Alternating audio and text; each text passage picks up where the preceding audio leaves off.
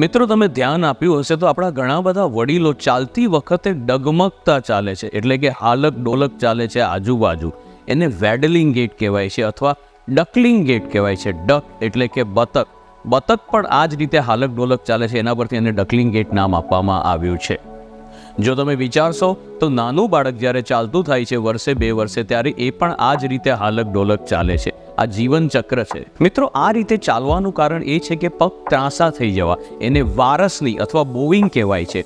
બોવિંગ એટલે કે ધનુષ જેવા પગ થઈ જાય, તેને લીધે આ ચાલ થતી હોય છે. જો 70 વર્ષથી મોટી ઉંમરમાં આ રીતની ચાલ હોય ને થોડો ઘણો દુખાવો હોય તો કશું જ કરવાની જરૂર નથી. પણ ઘણા લોકોને નાની ઉંમર એટલે કે 45 થી 50ની ઉંમરમાં, અને મોટે ભાગે સ્ત્રીઓને પગ વહેલી ઉંમરે ત્રાંસા થઈ જાય છે અને આ રીતની ચાલ થઈ જાય છે અને ઘૂંટણમાં અંદરની બાજુ દુખાવો થાય છે, તો જરૂરથી એની ટ્રીટમેન્ટ કરવી પડે છે. એ શું ટ્રીટમેન્ટ છે એ વિશે હું આના પછીના વિડીયોમાં આપને વિસ્તૃતથી જણાવીશ.